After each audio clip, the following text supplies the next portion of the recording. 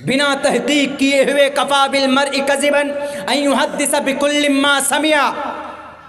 It is enough for being a liar to spread without trying to know the truth. If you want to spread the message, if you want to convey the any message about Islam, about any person, without trying to know the truth, उसकी हकीकत और सच्चाई को समझाए बगैर, समझे बगैर अगर आप किसी के सामने किसी बात को आगे बढ़ाते हो तो for being a liar, आपका झूठा होने के लिए इतनी बात काफ़ी है कि आप सुनी सुनाई बात आगे बढ़ाते हैं। अल्लाह के नबी ने फरमाया है कि दिस पर्सन, वो झूठा है, लायर है, वो एक नंबर का झूठा है बिना तहकीक किए हुए। बहुत आसान है किसी के ऊपर 376 का केस डालना, बहुत आसान है 307, 305, 302 का केस डालना, बहुत आसान। दुआ करो हर किसी के लिए जो टारगेटेड हैं। अल्लाह तबारक व तआला इस मुल्क में, इस कौम की, इस मिल्लत के एक एक फर्द की हिफाजत फरमाए। नहीं जनाब, जो गए तो गए, नहीं हमारी और आपकी जिम्मेदारी बनती। अल्लाह के नबी ने क्या फरमाया? एक मुसलमान दूसरे मुसलमान कैसे हैं? कजसदिन वाहिदिन, एक जिस्म के मानिंद हम और आप। मेरे भाइयों, सबसे खूबसूरत निज़ाम हमारे पास, सबसे खूबसूरत सिस्टम हमारे पास। हकीकत बयानी करें तो अंदर कर दिए जाते। ज़्यादा से ज़्यादा कुरान की तालीमात को आम करो, ज़्यादा से ज़्यादा। हम कुरान से दूर हो रहे हैं, शरीयत से दूर हो रहे हैं। हमने कई जगह तकरीरों में कहा है, बल्कि लोड भी हुआ है। आज तो हमारे कुरानों पर एतराज़ात करने लग जाते हैं लोग, कहते हैं कि ये तो नई किताब है मौलाना, नई कुरान है, क्या आप वही मसला लेकर आए, वही पर्दे वाला मसला जो चला। बहुत सारे टीवी एंकर में न्यूज़ रिपोर्टर ने कहा कि मौलाना क्या ज़रूरत है अब ये पुरानी शरीयत को अभी नाफिज करने की, नई आनी चाहिए ना, कुछ नई तहकीक होनी चाहिए। अब ये कुरान पुराना ऑर्डर हो गया, इसको बंद कर दीजिए, नया कुछ होना चाहिए, मॉडर्न। क्या नया होना चाहिए? बिकनी पहन कर के आ जाओ सड़कों पे, ये नया होना चाहिए? नहीं। आप देखेंगे कि आइसक्रीम है, आइसक्रीम को जब कर लपेट कर उसको इन्वेलप में और उसको बर्फ़ में रखते हैं तो वह आइसक्रीम अपनी जगह पे रहती, लेकिन जैसे उसको बाहर करेंगे 10 मिनट के अंदर अंदर जब बाहर करेंगे, उसकी जगह से बाहर करेंगे, वो पिघलना शुरू हो जाती। औरत है, जब तक पर्दे में रखेंगे तो खूबसूरत है, इज्जतदार, जब पर्दे से बाहर निकालेंगे तो फिर उस औरत का क्या होगा, समाज के जवान लड़कों का क्या होगा, आप अंदाज़ा नहीं लगा सकते। कुरान पुराना है, कुरान पुराना नहीं। बहुत से लोग करते हैं ना, वही यही अकबर बादशाह ने सोचकर वही किया था ना। अकबर बादशाह दीन अकबरी, नई दीन इलाही अकबर बादशाह खुद फैसला नहीं लिया था, बल्कि कुछ थे ऐसे ही नीम मुल्ला वहाँ पे भी कहा कि बादशाह सलामत, ये अरबी शरीयत को, ये अरबी धर्म को, ये लफ्ज़, ये अरबी शरीयत को बहुत हज़ारों साल हो गए पुराने, इसके अंदर तब्दीली होनी चाहिए, इसके अंदर बदलाव होनी चाहिए। कहा ठीक है भाई, क्या करना चाहिए? कि भाई दीन इलाही, आप दीन इलाही के नाम पर एक नया दीन उन्होंने लॉन्च किया, कुछ इधर से कुछ उधर से कुछ इधर से लेकर, इस किताब से उस किताब से, यानी क्रिश्चियन को, जैन को, बौद्ध को। भारत के अंदर क्रिश्चियनिटीज़ को सबसे पहले कौन लाया? अकबर बादशाह। उसकी एक बीवी क्रिश्चियन थी। साउथ के एरिया में जाएंगे तो क्रिश्चियनिटीज़ बहुत मिलेंगे आपको। इस वक्त नहीं, बल्कि हमेशा से दुनिया की सबसे बड़ी कम्युनिटी, सबसे बड़ा मज़हब कोई है तो क्रिश्चियन है।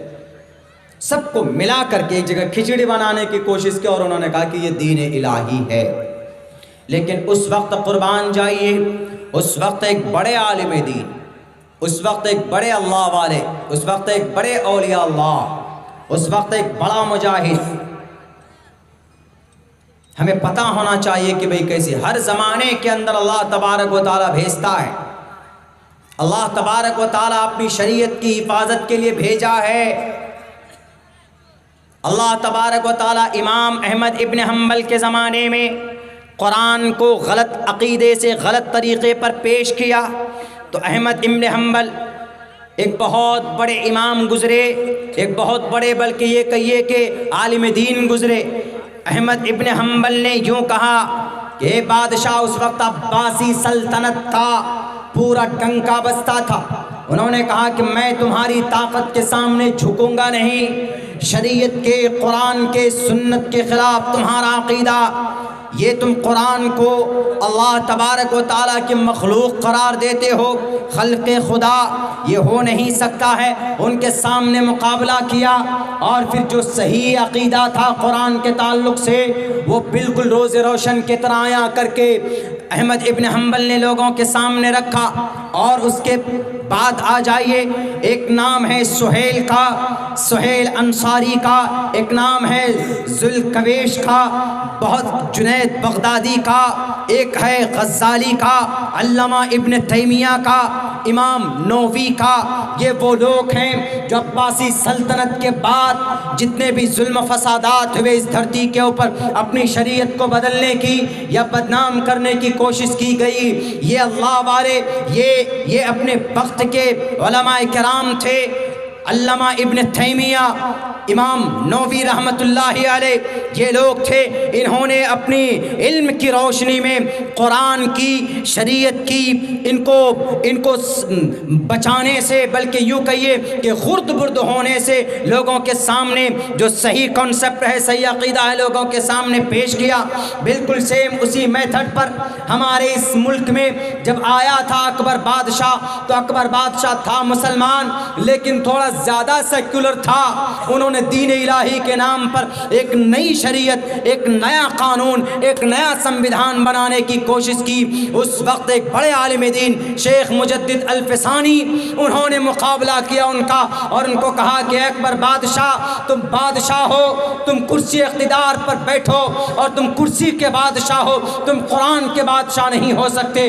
कुरान का बादशाह वही होगा जो कुरान का आलिम होगा, अहादीस का बादशाह वही होगा जिसने साए सित्ता को पढ़ा होगा, बुखारी को पढ़ा होगा, तिरमिज़ी को पढ़ा होगा, मुस्लिम को पढ़ा होगा, अबू दाऊद को पढ़ा होगा, नसई को पढ़ा होगा, इब्न माजा को पढ़ा होगा। तुम कुरान के बारे में कुछ नहीं जानते, तुम शरीयत के बारे में कुछ नहीं जानते। एक बादशाह कुरान करीम के बारे में क्या अक़ीदा रखता है, एक आलिम दीन उसको अपने लड़ी से, अपनी छड़ी से उसको सुधारता है। और टीवी की न्यूज़ के स्टूडियो में बैठकर तुम फैसले दोगे कि कुरान में क्या फ़ैसला है, कुरान में कौन सा नया फ़ैसला है, कौन सा आज के ज़माने के एतबार से, कौन से क़यामत, कौन से अब से पहले के एतबार से था। सुन लो दुनिया वालों, कुरान जब से दुनिया है, अल्लाह के नबी के ज़माने से लेकर आज तक कुरान का ऑर्डर है to the day of judgement. जब तक इस दुनिया, ये दुनिया बाकी रहेगी, अल्लाह तबारक व तआला का कानून रहेगा, कोई नहीं बदल सकता इसको। अगर तुमको लगता है कि कुरान पर अमल करके दुनिया में तरक्की नहीं किया जा सकता तो उठाओ। दुनिया के अंदर डॉक्टरेट का कोई निज़ाम नहीं था। दुनिया को सबसे पहला डॉक्टर अगर किसी ने दिया है, उस डॉक्टर का नाम शेख हुसैन अली इब्न सीना, बू अली सीना, the theory and practice of medicine. 10 lakh अल्फाज वाली किताब अल कानून, ये लिखने वाला कौन? इब्न सीना। 10 साल का एक बच्चा, मदरसे का बच्चा, मदरसे में पढ़कर हाफिज कुरान बना था। यूरोप वालों से पूछो कि इब्न सीना कौन, यूरोप वाला कहेगा कि 5 चैप्टर में 10 लाख अल्फाज वाली किताब हम लोग जो पढ़ते हैं, उस किताब के अंदर जो टॉपिक है theory and practice of medicine के ऊपर लिखी गई है ये किताब। पूछो यूरोप वालों से कि ये किताब कौन लिखा, वो कहेगा कि एक हाफिज कुरान, एक आलिम दीन, उनका नाम शेख हुसैन अली इब्न सीना है जो मदरसे से पढ़कर निकला था। बताइए, अब अगर आप यूँ कहो कि कुरान करीम पढ़ने वाला डॉक्टर नहीं बन सकता, हमने अब से पहले भी इसके ऊपर तहकीक पेश की है। अभी एक दो रोज़ के बाद फिर और मैं डीपली इसके ऊपर रिसर्च करके बताऊंगा कि कुरान और मौजूदा साइंस में वो तो थोड़ी थोड़ी थ्योरी लेकर आ जाते हैं साइंस की और कहते हैं कि हमने साइंस में तरक्की कर ली, हम आसमान में पहुंच गए।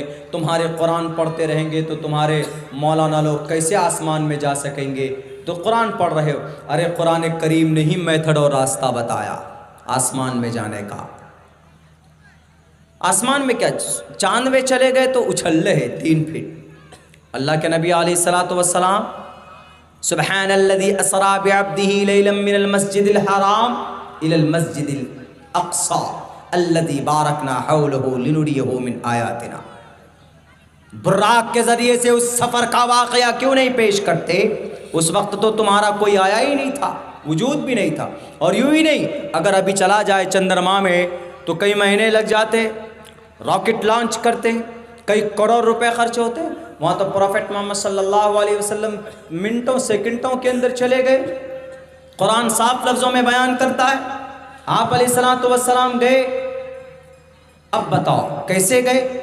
लोग बोलते थे कि नहीं, आसमान में सुराख नहीं है, आसमान को छेद करके कैसे आपके नबी चले गए? कुछ दिनों तक यही इल्ज़ाम था कि नहीं, ये सुब्हानल्लज़ी असरा बिअब्दिही लैलन मिनल मस्जिदिल हराम इलल मस्जिदिल अक़सा अल्लज़ी बारकना हौलहु लिनुरियहु, ये गलत है, साइंस के एतबार से गलत है। क्यों? छत में सुराख करके कैसे चले गए आपके नबी? और जब लोग चंद्रमा में चले गए, चंद्रमा में चले गए, चांद पे, मार्स पे चले गए, मार्स, चंद्रमा, जुपिटर, वीनस, इन सब के करीब पहुंच गए, तो अब कह रहे कि नहीं नहीं पॉसिबल है। अब पॉसिबल है, हमारे नबी 1450 साल पहले ये सब बता करके गए। बेवकूफ़ हो, अब तो एतराफ़ करोगे? नहीं जनाब, कैसे कर सकते? ये कुरान तो आपका नया, कुरान नया नहीं है, कुरान का फरमान हर आने वाली नई चीज़ के लिए एक रोल मॉडल। कुरान में एक आयत है, एक टुकड़ा है, वयख़्लुक़ु मा ला तालमून, खलक़ा यख़्लुक़ु, फ़ेल मुज़ारा है, सर्फ में इसको बोलते हैं फ़ेल मुज़ारे। ये 2 टेंस को बताता है, 2 टेंस, 2 ज़माने को, वर्तमाने एंड फ्यूचर, मुस्तकबिल को भी बताता, भविष्य को, वर्तमाने काले एंड भविष्य काले, 2 को। यख़्लुक़ु, वो पैदा करता है या करेगा। कुरान में वयख़्लुक़ु, अल्लाह पैदा करता है। आज जो कुछ भी नई चीज़ें पैदा हो रही है ना, जितनी भी नई चीज़ें पैदा हो रही है, वयख़्लुक़ु, अल्लाह पैदा करता है। कैसे करता है अल्लाह पैदा? अल्लाह खुद से कैसे पैदा करता है? दिमाग इंसान के पास है, तो वो दिमाग कहाँ से आया? वो दिमाग तो अल्लाह तबारक व तआला का दिया हुआ। वो जो मटीरियल लाता है, मटीरियल बनाता है, वो मटीरियल कहाँ से आता है? मटीरियल के ज़रिए से कोई चीज़ वजूद में लाता, वो मटीरियल कहाँ से आया? अल्लाह ने पैदा किया। वयख़्लुक़ु मा ला तालमून, अल्लाह पैदा करेगा 200 साल बाद। अगर ये दुनिया 500 साल तक रही तो 500 साल जो नई चीज़ें आविष्कार होंगी जिन्हें हम नहीं जानते, उनको भी अल्लाह तबारक व तआला ही पैदा करेगा। बहुनाम जन्मनामन्ते ओम सहना भवतु सहनौ भुनक्तु सह वीर्यं कर्मामहे तेजस्वनावधीतमस्तु मा विद्विषावहे। ब्रह्मानंतमनादि विश्वकुर्दजं सत्यम परम शाश्वतम। हमेशा से इस धरती के ऊपर महान अल्लाह के नबी अलैहिस्सलाम की ख़ानदान, आप अलैहिस्सलाम बड़े ख़ानदान में आए, छोटी मोटी चीज़ लेकर नहीं आए। आप जो शरीयत लेकर आए वो शरीयत to the day of judgement.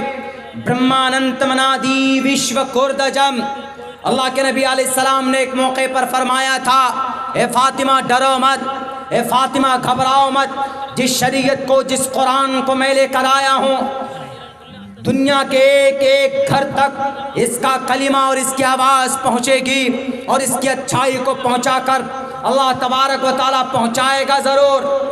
विश्वकुर्दजम सत्यम परम शाश्वतम विद्या यस्य सनातनी सत्यम परम शाश्वतम। सच्चा है हमेशा से चला आ रहा, परम शाश्वतम वही कानून चला आ रहा है हमेशा से। अल्लाह का कुरान कोई पुराना नहीं होता। अल्लाह के कुरान का फरमान किसी ख़ास ज़माने के लिए नहीं है, सिर्फ समझाने, समझने और समझाने की ज़रूरत है। मैंने अभी आपके सामने एग्ज़ाम्पल पेश किया। लोग यूँ कहेंगे कि आपके कुरान में तो जनाब डॉक्टरी है ही नहीं, आपके कुरान में जनाब प्रोफेसर की पढ़ाई नहीं है, आपके कुरान में मौलाना साहब इंजीनियरिंग नहीं है, आपके कुरान में एकेडमिक क्वालिफिकेशन नहीं है। सारी चीज the Quran have the lot of thing, but we are not able to understand the Quran करीम। We are not able to completely know the every situation, every moment and every command of Allah subhanahu wa ta'ala. Allah subhanahu wa ta'ala sent down to the earth and to teach the people.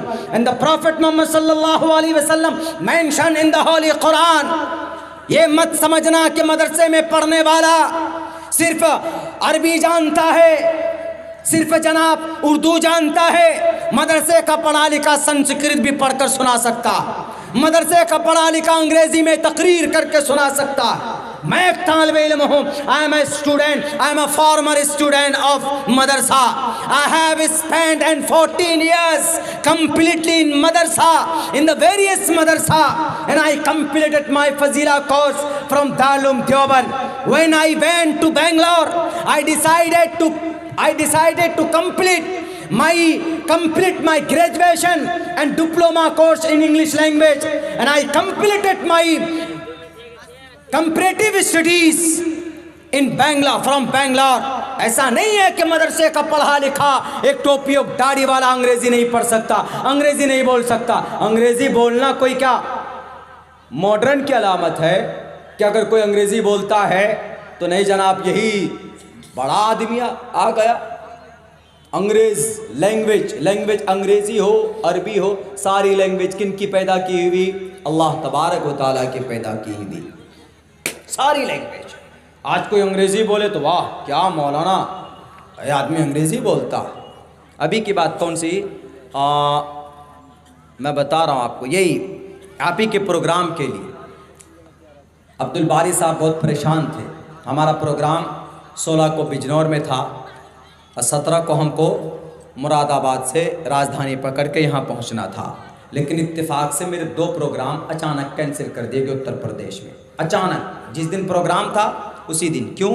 यूँ कहा कि ये मौलाना अगर इनका बयान होगा, अगर इनकी तकरीर होगी तो इस डेट में नहीं होगी, परमिशन नहीं मिलेगा आपको, मना कर दिया। अगला प्रोग्राम भी सेम उसी सिचुएशन का।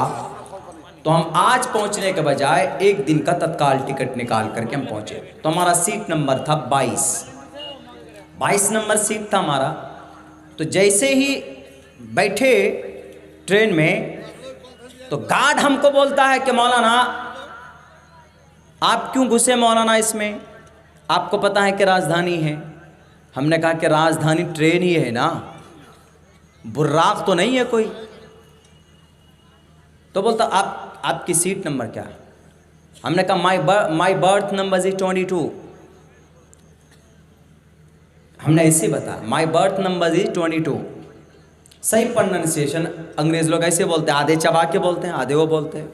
हमने कहा कि माई बर्थ नंबर इज 22 का मतलब 22।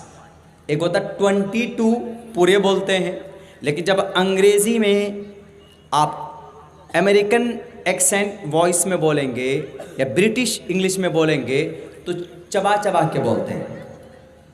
जैसे Allah's mercy and blessings we are coming here, इस तरह की बात बोलते हैं, उसमें थोड़ा अंग्रेज़ की तरह लगता है। तो हमने कहा कि my birth number is 22।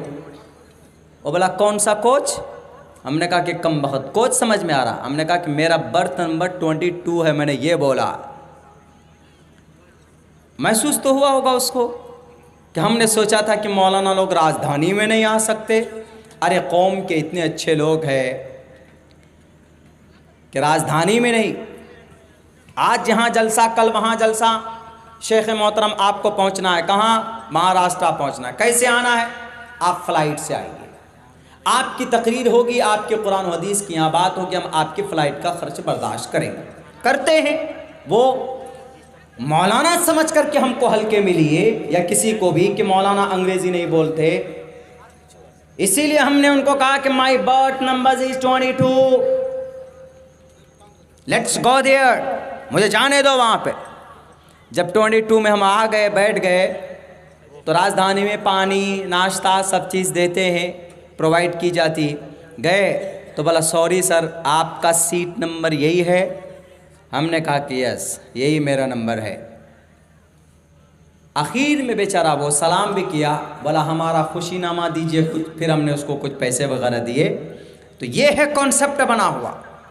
Concept ये बन गया है कि जो मुस्लिम होगा, जो दाढ़ी और कुरान और टोपी और कुर्ता पजामा वाला होगा, वो कुछ दुनिया के बारे में जानता है, यही सोचते हैं। हालांकि अल्लाह तबारक व तआला ने इस कुरान को पुराना, ऐसा नहीं कि पुराना हो गया कुरान, इसके कानून पुराने हो गए बदल दो, नहीं। To the day of judgement Quran कब तक के लिए है? क़यामत तक के लिए। और इसका हुक्म, इसका ऑर्डर कब तक के लिए? क़यामत तक के लिए। मेरे भाइयों, एहसास कम तरी का शिकार मत होइए, आगे बढ़िए, बेखौफ। दुनिया की सबसे बेहतरीन निज़ाम आपके पास, इस्लाम के पास, मुसलमानों के पास। अगर कोई एतराज़ करता है तो उस एतराज़ का दो टोक लफ्ज़ों में जवाब दीजिए, अपनी कमज़ोरी मत पैदा कीजिए। गलती हम लोगों से भी कभी कभी हो जाती है, हमारी कमज़ोरी को दबाने की किसी को वो मिल जाता है कि नहीं मौलाना आपने ये गलती की है, आपने ये गलती की है, तो कोर्ट कचहरी का चक्कर लगाना पड़ता है। अगर कोई आदमी हमारे मुस्लिम में अगर कोई परेशान हाल है, चाहे वो आलिम दीन हो या गैर आलिम दीन हो, हमें उनकी मदद करनी है फर्स्ट ऑफ ऑल। दूसरे नंबर पर अगर किसी गैर मुस्लिम भाई से हमें नफ़रत नहीं करनी, हमें गैर मुस्लिम भाई से कोई गिला शिकवा नहीं। गैर मुस्लिम भाई बस उनका जुर्म इतना है कि वो अपने धार्मिक शास्त्रों को नहीं पढ़ते। हमने कहा था यही चंपारण में अभी कुछ दिनों पहले, उस गांव का प्रोग्राम अगर आप देखेंगे तो वहाँ 70% तकरीबन यादव और गैर मुस्लिम थे उस प्रोग्राम में। और उस प्रोग्राम में जो पिंडाल है, इस पिंडाल में वहाँ कारपेट बिछाया था, दरी वगैरह। उस दरी को बिछाने के लिए हमारे मुस्लिम लोग नहीं थे, बल्कि उस पूरे गांव के यादव लोग झाड़ू लगा लगा कर, यहाँ तक कि हमारी गाड़ी जो खड़ी थी वो यादव भाई के घर में खड़ी थी। यहाँ तक कि हमारा जो ड्राइवर था वो आदमी उनके दरवाजे पर जाकर बैठा, शायद चाय भी पिलाई, पानी पिलाया, बातचीत की। ये भाईचारा आज भी मौजूद है।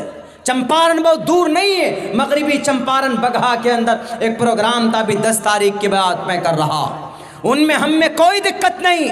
शास्त्रों के अंदर बहुत सारे अहकामात वो हैं जो बिल्कुल सिमिलर हैं। जैसे मैंने अभी आपके सामने बताया, मैं कुरान का ऑर्डर तो यह है कि मा काना मुहम्मदुन अबा अहदिम मिन रिजालिकुम वलाकिन रसूलुल्लाह व खातमुन नबिय्यीन, कि सबसे आखिर ज़माने में अल्लाह के नबी को आखिरी नबी बना करके भेजा है। तो बिल्कुल सेम यही पैगाम है ना, बहुनाम जन्मनामन्ते ज्ञानवान माम प्रपद्यते, बहुनाम जन्मनामन्ते उदारा सर्व एवैते ज्ञानी तात्मेव मयमतम, उदारा सर्व एवैते ज्ञानी तात्मेव मयमतम। आस्तितः, मानो इस बात को, आस्तितः सर्व एवैते ज्ञानी, और जिसको मेरा ज्ञान होता है, जिस पर मेरी कृपा होती है, उसी को मैं अपना ज्ञान दिया करता हूँ, ऐरों गैरों को नहीं। कोई होम मिनिस्टर है, पावर है, तो आप ये मत समझिए कि उस पर ईश्वर की कृपा, ईश्वर की कृपा नहीं है। वो तो अनपढ़ होते हैं बहुत से नेता लोग। वो इंटर को, 10वीं क्लास की परीक्षा कहते हैं कि 12वीं के बाद होती, ऐसे लोग चले जाते हैं वहां पर कुर्सी इख्तिदार पर। आप झूठ बोलने लग जाओ, आज आप सबसे बड़े नेता बन जाओगे। ईश्वर की कृपा उस पर होती है जो कौम के, समाज के लिए अच्छा काम करता है, भला करता है। अल्लाह जिसको चुनता है, ऐसे वैसों को नहीं चुनता, नबुवत के लिए अपने ख़ास बंदों को चुनता है। ख़ास जो बंदे होते हैं उनको चुना जाता है। अल्लाह तबारक व तआला झूठों को नहीं चुनते हैं। और शराबियों को नहीं चुनते हैं, और जो हमारे कुरान पर एतराज़ करते हैं, अहादीस पर एतराज़ करते हैं, एक एक हदीस को उठा कर देखिए, एक एक कुरान की आयत को उठा करके देखिए। अगर आपको कहीं पर कोई ऐसा लगे कि नहीं यकीनन ये कुरान तो आज के ज़माने में बिल्कुल ख़तरनाक चीज़ है, तो बैन कर दिया जाएगा इस कुरान करीम को। लेकिन अल्लाह की ज़ात पर भरोसा करके हम ये बात कहते हैं, कुरान में ऐसी आदेश कहीं पर भी नहीं। एक जगह सवाल किया गया अभी यहीं आंध्र प्रदेश के अंदर में कुरान के ताल्लुक़ से कि मौलाना आपके कुरान करीम के अंदर बताइए कि बहुत अच्छी बात है, आपके कुरान करीम के अंदर बहुत सारे ऐसे सवालात हैं जो मैं करना चाहता हूँ, लेकिन एक सवाल करता हूँ। उन्होंने सवाल किस पे किया था? उन्होंने सवाल एक आयत पे की थी, या अय्युहन नबिय्यु हर्रिज़िल मुअमिनीना अलल क़िताल, इस पे की थी कि देखिए आपके नबी को अल्लाह कह रहा है कि नबी मुसलमानों को क़िताल पर उभारिए। तो आप कैसे कह सकते हैं कि ये कुरान आपका रोल मॉडल? आपने एग्ज़ाम्पल दिया कि इब्न सीना कुरान का हाफिज़ था। आपने कहा कि अबुल कासिम अज़्ज़हरावी ने दुनिया का दूसरा तरीक़ा ऑपरेशन को लॉन्च किया है, ये भी कुरान पढ़ने वाला था। आप फिर कैसे कहते हैं कि अम्मार बिन मूसली, अबुल कासिम अम्मार मूसली, ये दुनिया का सबसे पहला आई सर्जन था, आँखों का ऑपरेशन करने वाला। आप कैसे कह सकते हैं कि अबू मंसूर बगदादी, ये आयुर्वेदिक दवाई की जिसने खोज की। आप कैसे कह सकते हैं कि मौलाना अबुल कासिम अबू बकर बिन ज़करिया अर्राज़ी, जिसने चेचक का इलाज किया, इलाज की शुरुआत की अल्कोहल जिसने बनाया है, ये कुरान पढ़ने वाले हैं। तो और कुरान में तो आपका तशद्दुद की तालीम दे रहा है आपका कुरान। हमने जब ये सारी चीज़ें साइंस में बताया कि ये साइंटिस्ट थे, ये महान थे, और दुनिया का सबसे बड़ा राइटर इब्न खुल्दून, इससे बड़ा राइटर नहीं, हिस्ट्रिकल राइटर, कुरान पढ़ने वाले, सबसे बड़ा फ़लसफ़ी इमाम गज़्ज़ाली, और सबसे बड़ा मैथमेटिशियन कौन? सबसे बड़ा इल्म रियाजी, मैथ को उर्दू में हिसाब और रियाजी बोलते हैं, कौन? इब्न बाजा। ये लोग थे। हिबतुल्लाह दुनिया का सबसे बड़ा जियोलॉजिस्ट। हमने कहा सब कुरान पढ़ना जानते थे, तो शायद उसको ये बात लग गई होगी। उन्होंने कहा कि मौलाना अब एक बात बताइए, आप ही बोल रहे हैं कि ये इतने बड़े महान बने कुरान पढ़कर, और आपके कुरान में है या अय्युहन नबिय्यु हर्रिज़िल मुअमिनीना अलल क़िताल, ए नबी मोमिनों को क़िताल पर उभारिए। जो किताब दंगा कराने पर, जो किताब लोगों को लड़ाने की बात करता हो, वो किताब पढ़कर इतने महान इंसान कैसे बन सकते हैं? इब्न हैसम कैसे बन सकता है? जाबिर इब्न हय्यान कैसे बन सकता है? दुनिया का सबसे पहला मैकेनिकल इंजीनियर कौन? सबसे पहला मैकेनिकल इंजीनियर का नाम अहमद बिन मूसा शाकिर। दुनिया के सबसे पहला सिविल इंजीनियर कौन? कुरान पढ़ने वाला अबू अब्बास हातिम ज़फ़री, ये नाम है। बताइए, दुनिया का सबसे पहला ट्रांसलेटर, दुनिया की पुरानी किताबों का ट्रांसलेट करने वाला कौन? खालिद बिन यजीद, अमीर मुआविया के पोते। सहीफ़तुल कुबरा, सहीफ़तुस सुग़रा, इन्होंने किताब लिखी। मैकेनिकल इंजीनियर ने किताब लिखी कौन? अहमद बिन मूसा शाकिर ने इल्मुल हैल। अबुल कासिम अज़्ज़हरावी को आज भी कैम्ब्रिज और ऑक्सफोर्ड यूनिवर्सिटी के अंदर इनका नाम अल-बकीस अल-बुकसीस नाम लिया जाता है, इनमें पढ़ाया जाता है। कौन थे लोग? कुरान पढ़ने वाले। तो उन्होंने एतराज़ किया कि मौलाना कैसे इतने महान हो सकते हैं ये लोग, जैसे कि जबकि आपके कुरान में तो तशद्दुद की तालीम है। अगर हम कहते, अगर वहाँ तफसील हम बयान करते, अगर उनको कहते कि नहीं कुरान करीम में, कुरान करीम का आगे पीछे कुछ है, डायरेक्ट आप उस आयत को मत लीजिए, कुछ आगे पीछे ज़रूर। हमने उनसे पहले हमने कहा कि देखिए कभी कभी ऐसा होता है, लड़ना झगड़ा करना ज़रूरी हो जाता है कभी कभी। बोला कैसे? हमने कहा पढ़िए श्रीमद् भगवद गीता। गीता पढ़कर हमने उनको बताया, धर्म क्षेत्रे कुरुक्षेत्रे समवेता युत्सवहा मामका पांडवाशे किम कुरुवत संजय। मेरे हिंदू भाई तक आवाज़ पहुँचती हो तो गौर से सुनिएगा, बहुत अच्छा पैगाम। कुतस्तवा कश्मलिदम विश्वे समुपस्थितम अनार्य जूष्टम कीर्ति कीर्ति कर्मजुना शुद्रो हृदय दौर्बल्यम। हमने कहा कि आपके इस एतराज़ का जवाब यहाँ पर है। क्या है इसमें? इसमें यह है, एक महाभारत एक जंग होती, उस महाभारत जंग में आपस की लड़ाई, ख़ानदान की, गैर की नहीं, ख़ानदान की, कौरव पांडु की। मैं ये वाक़या बता करके अपनी बात ख़त्म करूँगा। जो अगले मुक़र्रिर हैं उनको बुलाइए, चूँकि 2 बज चुका है। 2 बजे के बाद 12:30 बजे के बाद तकरीर लोग सुनते नहीं हैं, तकरीर खिलाया जाता उनको, खाओ, नींद का खुमार रहता है ना। ये इधर इतने लोग इसलिए बैठे हुए, सब मोबाइल वाले हैं। सबसे ज़्यादा भारत में इतनी जगह जाना होता है, सबसे ज़्यादा मोबाइल के अंदर रिकॉर्ड करने वाले हमारे सीमांचल में भी कटिहार डिस्ट्रिक्ट में। चलिए खैर, अल्लाह आप लोगों से दीन का काम ले ले, लेकिन थंबनेल उल्टा पुल्टा बनाइए मत, मुअज़्ज़ब अंदाज में थंबनेल बनाइए, ढंग से डालिए। अगर हम किसी लड़की के बारे में बात कर रहे हैं तो कभी ऐसा होता है कि एकदम नंगी तस्वीरें लगा देते, एक तरफ मौलाना अब्दुल्ला का लगा देते हैं। अब कोई भी आदमी खट से जा कर के उसको देखेगा नहीं। व्यूअर्स बढ़ाने के लिए आप इस तरह का थंबनेल बनाएंगे, ये गैर मुहज़्ज़ब होगा, इससे गलत इम्पैक्ट पड़ता है। वो किसी ने एडिटिंग की है ना, एक तरफ मैं मंत्र पढ़ रहा हूँ, एक तरफ योगी जी पढ़ रहा हूँ, अटक रहे हैं कहीं पे, निर्वकलम ऐसे कुछ पढ़ रहे हैं, वो अटक रहे हैं। और एक तरफ मैं पढ़ रहा हूँ, किसी तकरीर में पढ़ा हूँ, हम पढ़ते जा रहे हैं, एक ईश्वरवाद पे पढ़ते जा रहे हैं, प्रॉफेट मोहम्मद के बारे में पढ़ते जा रहे हैं, आखिरत के बारे में पढ़ते जा रहे हैं, हम अटक नहीं रहे हैं। तो किसी ने एडिटिंग की। कई आदमी फ़ोन करके बोलते हैं, मौलाना आप दोनों का डिबेट कहाँ हुआ था? हमने कहा रे वो एडिटिंग है, वो एडिटिंग है, मेरी अलग तकरीर को उसके साथ जोड़ दिया है कहीं पे। बड़े बड़े आदमी जिस यूनिवर्सिटी में पढ़ने गए वो प्रोफेसर, बाद में पता चला कि वो मैं हूँ। स्पेशल ट्रीटमेंट फिर हमको आप ही है मौलाना, वो जो योगी जी के सामने में पढ़ रहे हैं मंत्र। हमने कहा कि सर मंत्र सामने में नहीं पढ़ रहा हूँ मैं, वो किसी यूट्यूबर की ये शरारत है, उसने एडिटिंग की, एड किया मिला करके। आज तो कुछ से कुछ कर देते हैं, किसी की गला काट के किसी का गला लगा देते, किसी का हाथ पैर काट के किसी चूहा बंदर का लगा देते। तो बैरक है, तो ये टाइम ऐसा है 2 बजे का, 12-1 बजे के बाद में फिर लंबी तकरीरें नहीं होती। आप लोग बैठे हैं तो बोल पा रहा हूँ। तो ये वाक़या बता करके मैं अपनी बात ख़त्म करूँगा। तो पता है कितनी अच्छी बात है, देखिए।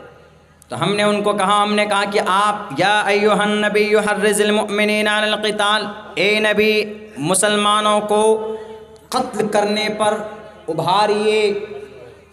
बज़ाहिर तो लग रहा है कि बहुत गलत आदेश है कुरान का, लग रहा है बज़ाहिर, लेकिन सेम यही पैगाम कहाँ? श्रीमद् भगवत गीता। देखिए श्रीमद् भगवत गीता में कहा, कौरव पांडु 2 तरफ, एक तरफ कौरव एक तरफ पांडु। पांडु 5 भाई, उनका बड़ा जो था अर्जुन था, बहुत ईमानदार। लेकिन जब लड़ाई होने लगी तो अर्जुन बैक वक्त he decided to put down his bows and arrows। उसने ये फैसला किया कि मैं मुकाबला नहीं करूँगा, मैं नहीं लड़ूंगा। क्यों? इसलिए कि सामने में मेरे चचेरे भाई, मेरे सौतेला भाई, सामने में मेरे गुरु है, सामने में मेरे कजिन्स हैं, सामने मेरे फुफेरे भाई हैं, ये सब लोग हैं सामने में हमारे, कैसे हम लड़ाई कर सकते हैं? हम नहीं लड़ाई करेंगे। उसके बाद देखिए होता क्या, जंग ख़त्म हो जानी चाहिए, जंग ख़त्म नहीं हुई। उसके बाद आसमान, उसके बाद फ़ौरन वहाँ पर कृष्ण जी आते हैं। कृष्ण जी कौन? विष्णु के 8वें अवतार कृष्ण जी। कृष्ण जी ने आकर कहा, कुतस्तवा कश्मलिदम विश्मे समुपस्थितम अनार्य जुष्टम कीर्ति कर्मजुना। ए अर्जुन, तुमने हथियार क्यों डाल दिए? क्या तुम स्वर्ग में जाना चाहते हो, या तुम अपने आप को अक्लमंद समझते हो? तुम इनसे नहीं लड़ोगे, तुम स्वर्ग कैसे जाओगे? उन्होंने कहा कि मैं लड़कर कैसे जा सकता हूँ, अपनों का खून बहाकर मैं स्वर्ग नहीं जा सकता, अपनों से मुकाबला करके मैं जन्नत नहीं जा सकता, मैं स्वर्ग नहीं जा सकता। श्री कृष्ण जी यानी परमात्मा कह रहा है। कौन? खुदा कह रहा है। कृष्ण जी उस वक्त का खुदा according to the Hindu concept, according to my opinion, नहीं, I don't agree this concept, हम इसको नहीं मानते, एग्री नहीं करते। अलबत्ता according to the Hinduism, Hindu concept, according to the Shrimad Bhagavad Gita's श्लोक, श्रीमद् भगवद गीता में ये कहा श्री कृष्ण जी ने साफ लफ्जों में, ए अर्जुन क्यों बैठ गए तुम मैदान कारजार में, तुम उठो उठो, शुद्रो हृदय दौर्बल्यम, हृदय दौर्बल्यम, दिल को मजबूत करो और हथियार उठाओ और मुकाबला करो इनका सामने। अगर ये जिंदा रहेंगे तो ये तुम्हारा खात्मा कर देंगे, तुम्हें मिटा देंगे, इसीलिए इनका खात्मा करो, इनका खात्मा करना, इनका मुकाबला करना ज़रूरी है। ये इस ज़मीन पर रहेंगे तो ये राक्षस हैं, ये इंसान नहीं है, और राक्षस का खात्मा करना ये इंसान की जिम्मेदारी होती। मैं हूँ परमात्मा, मैं कृष्ण हूँ, मैं विष्णु का 8वां अवतार हूँ, मैं विष्णु हूँ, इसलिए कि यदा यदा ही धर्मस्य ग्लानिर्भवति भारता के हेतु ब्रह्मगति स्थान्ति सत्संगतिर्दान विचारतोषः। ये श्लोक से हैं, हकीकत मबनी पर हकीकत है, हकीकी बात वाज़े की गई है इसके अंदर। उन्होंने कहा कि मैं परमात्मा हूँ, मेरी विशेषताएं हैं, इसलिए मैं ऑर्डर देता हूँ, उठाओ तुम तलवार, तुम बैठो मत, और ख़ात्मा करो तुम अपने कज़न्स का, ख़ात्मा करो तुम उधर दुर्योधन का, जो तुम्हें लूटते हैं, तुम्हें मारते हैं, तुम्हें सोई की सुई के नोक के बराबर ज़मीन देने के लिए तैयार नहीं है, उनका ख़ात्मा करो। हमने कहा कि ज़रा भाई बताओ आप क्या समझते हैं इस जंग को? बोला ये जंग तो बिल्कुल ठीक थी, श्री कृष्ण जी की निगरानी में लड़ी गई थी। हमने कहा कि जब सामने राक्षस हो तो श्री कृष्ण जी भी मदद करते हैं कि नहीं करते हैं? महाभारत के मैदान में अर्जुन की मदद की गई। अब बताओ ज़रा ईमानदारी से, जैसे वहाँ पर दुर्योधन था वैसे ही अल्लाह के नबी के ज़माने में यहाँ अबू जहल, उत्बा, शैबा, वलीद, हंजला, मुगीरा के चेले थे, अबू लहब था, अबू लहब की बीवी थी, और भी बहुत सारे ऐसे कुफ़ार मक्का थे जो नबी पाक अलैहिस्सलातु वस्सलाम के गले में, उनके सर पर ऊँट की ओजड़ियाँ डाल दिया करते थे। एक तरफ अबू लहब का घर था, दूसरे तरफ जनाब आपको पता होना चाहिए उक़बा इब्न अबी मुईत का घर था। यानी दो पड़ोसी, एक तरफ चचा है, एक तरफ एक दूसरा दुश्मन है। अल्लाह के नबी का घर बीच में है, दोनों तरफ से कभी कूड़ा डाला जाता था, कभी परेशान करने के लिए पानी डाल देते थे, कभी घर के बाहर रास्ते में कांटे बिछा दिया करते थे।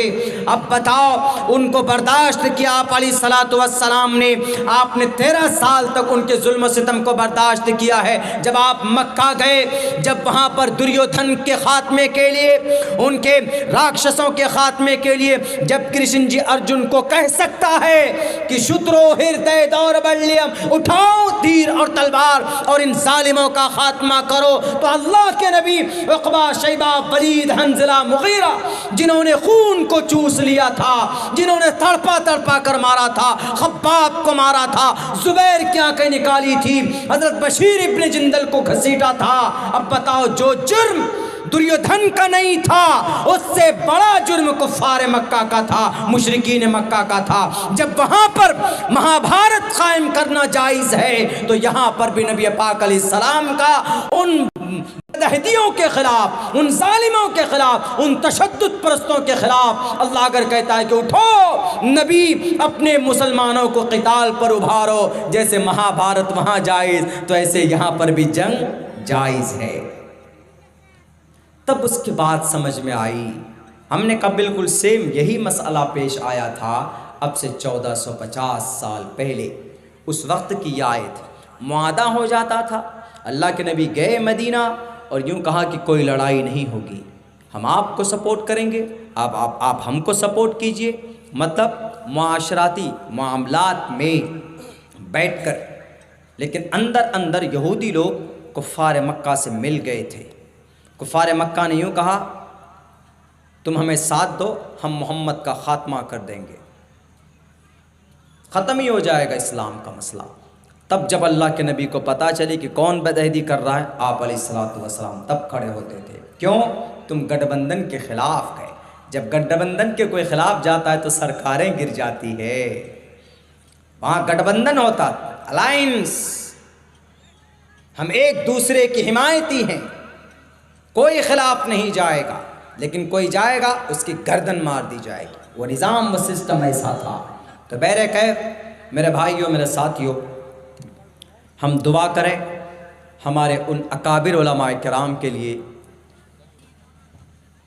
जो जेल के सलाखों के पीछे हैं, कि अल्लाह तबारक व ताला उनकी रिहाई के असबाब पैदा फरमाए। दूसरी बात, अपने बच्चों को तालीम दीजिए ताकि आपका बच्चा कौम और समाज के लिए कुछ कर सके। आप मर जाएं तो आपके लिए कम से कम निजात का ज़रिया बने आपका ये बच्चा। The first of all you have to educate your child Quran and हदीस एंड अकीदा एंड कॉन्सेप्ट। सबसे पहले अपनी बुनियादी अकीदे की तालीम दीजिए अपने बच्चों को, उसके बाद आप चाहे कुछ भी बनाइए बच्चों को। हाफिज़ कुरान भी आपका नीट निकाल सकता है, यूपीएससी निकाल सकता है, बीपीएससी निकाल सकता है। और तीसरे नंबर पर यह काम कीजिए जो करना है, अपने कुरान को मजबूती के साथ पकड़िए, शरीयत के मुताबिक ज़िंदगी गुजारिए, एक दूसरे के ख़िलाफ़ तान व तशनी मत कीजिए, एक दूसरे के ख़िलाफ़ फतवेबाजी भी मत कीजिए। एक दूसरे को अगर कोई बुरा है, आपको कन्फर्म नहीं है, आप उसके लिए अच्छा गुमान रखने की